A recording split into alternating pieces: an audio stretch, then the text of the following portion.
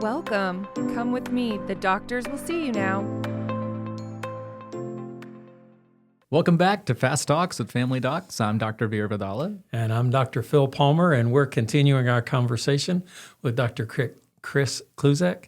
Good to have you with us today as we learn more about you. Yeah, nice to be back.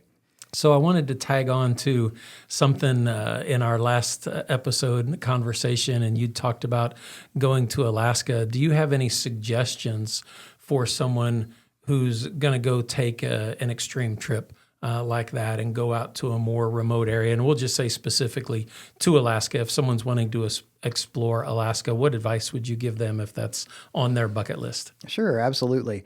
Now, I think anywhere you want to go, especially if it's the kind of environment you haven't personally been to before, again, looking it up ahead of time, making sure you know what to expect. Does it get cold? Do you have wildlife to worry about? Does it get hot?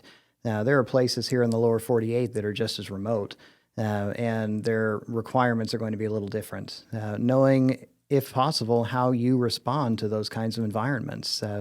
Do you handle altitude well, or do you need to pre-treat and try to prep yourself for that kind of a trip?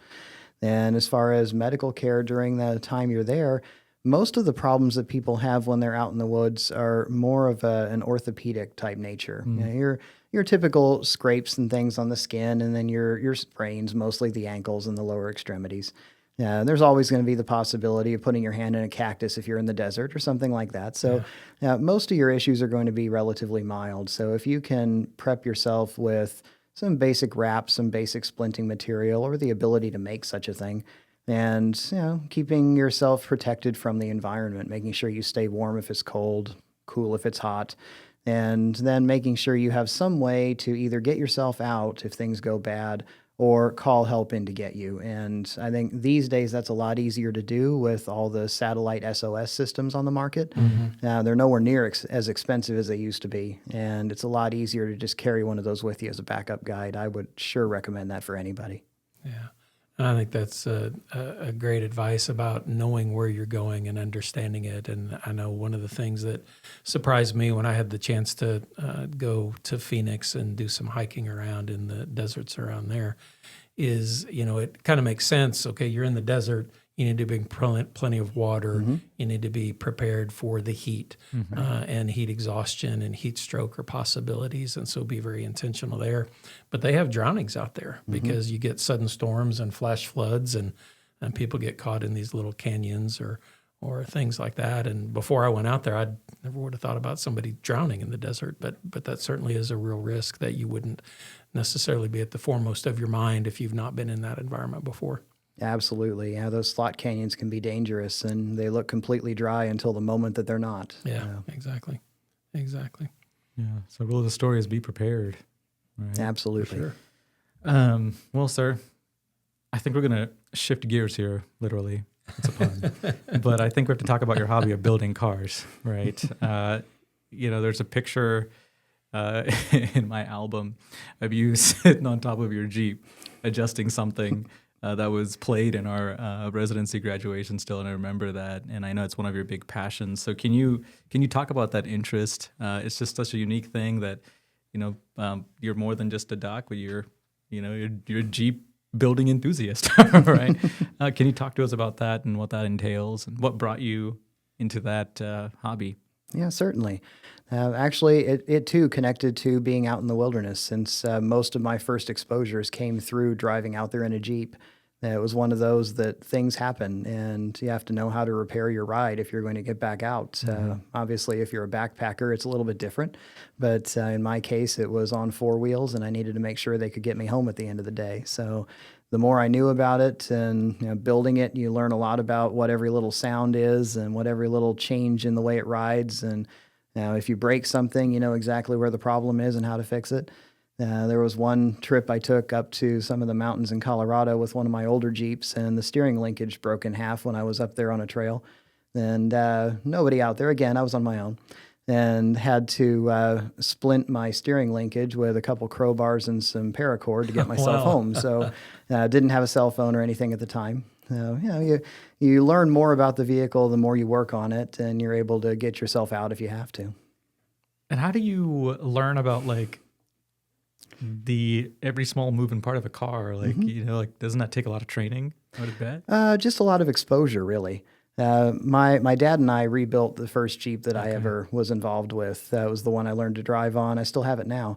And we built that together, did a lot of component swaps and upgrades and things like that. And you learn after you put in one part and you realize that part's now stronger, so something else breaks, and then you fix that one, and then something else breaks, and eventually you've been through every part in the vehicle. And as you learn how it responds with each of those upgrades, then you kind of pick out the different little noises it makes and the vibrations and all that. So has your approach been like buying a junker and restoring it, or buying something and just modifying it? What have you done over the years, or it may have been some of both? So. Yep, definitely some of both. I've got actually an old Bronco, a first generation, that's torn down to the frame right now that I'm rebuilding from the ground up. And I've also worked on some more modern ones, Grand Cherokee and a pickup truck and those kinds of things. So in my mind, anything I drive, I want to be able to drive into, maybe not into a tornado, but nearby a tornado, and still get back out of it again. And want to make sure that anywhere I want to take it, I'm not going to get stuck because of what I'm driving. So we should look for you in Twisters 3 when it comes to theaters. I mean, Twisters 2 was shot in Oklahoma, right? I love that armored truck. I'm seriously considering that as my next project. There you go. Well, what parallels do you see, if any, of being a doctor and problem solving as a physician versus having to problem solve a vehicle, whether it's spur of the moment out in a remote area or whether it's in your garage and making efforts to rebuild or restore something? Sure. I would say the diagnostic process is very similar in both cases. When you're talking vehicles, again, if it's making a noise that it doesn't normally make, it has a vibration, something snaps, you kind of listen to where it's coming from, what's the location, what's changing about the way the vehicle handles, and that gives you some ideas on what to do next. In medicine, I look at it the same way. I can pick up a lot about people just by looking at them. You don't have to do a formal physical exam all the time. So especially when you're out in the woods and you don't have a lot of CT scanners and MRIs and X-rays and all that available to you, you rely on your personal skills and observation. Altitude sickness.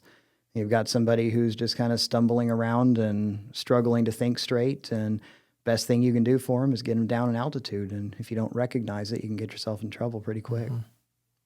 I like to say that, again, to our students who are listening, physical exam is still very important. It most certainly is. There you go. Well, I'm curious. This is off our topic we've just been discussing, but you're in Oklahoma at a residency training program, and you did that in Kansas. What attracted you to academic medicine? Right. Originally, it wasn't my plan. I was intending to do small town medicine or remote medicine somewhere in Colorado, Alaska, Wyoming, somewhere out there. And I was actually doing faculty work at the program up in Kansas while I was waiting to hear back from a job in Alaska I had applied for, and realized that I liked teaching a little too much to let it go. And the problem with those rural sites, you can definitely get med students to come through periodically, but you don't get the same degree of teaching exposure that you get at a formal program. Yeah. Well, it sounds like that was a great opportunity for the program in Wichita, and now a great opportunity for OU. I sure hope so. Well, sir, from my perspective, it was wonderful having you as a teacher. Thank you. You feel like the work you do in wilderness medicine and the work you do outside of medicine, as we talk, they complement each other. But do you feel like that work outside of medicine kind of helps you recharge, I guess, prevention of burnout per se? It most definitely does. I think we all kind of need to find something outside of our work that gives us the ability to do that recharging, whatever that may be. And I think just talking to people who are getting close to retirement and the ones who tell me that they don't know what they're going to do when they don't have their job anymore, I think it's something that if you want to function well, both in your job and out of it, you need to have something that's related but far enough out that you can change gears every once in a while and give yourself the ability to rebuild and recharge. I think that's so important and so well said. Wow. And you've certainly accomplished that for yourself with many different areas of exposure and expertise that you can rely on outside of the realm of medicine. Dr. Klouzek, thank you for taking the time to be with us. I really enjoyed this conversation. Yeah, this was great. Thank you very much. Seeing you again. Yes, you too, sir. Viewers and listeners, thank you for your time as well. We'll see you again on another episode of Fast Talks with Family Docs. Thank you for joining us today. The doctors would like to see you back for another check-in. Please choose to follow our podcast and you will automatically be notified when it's time for your next appointment.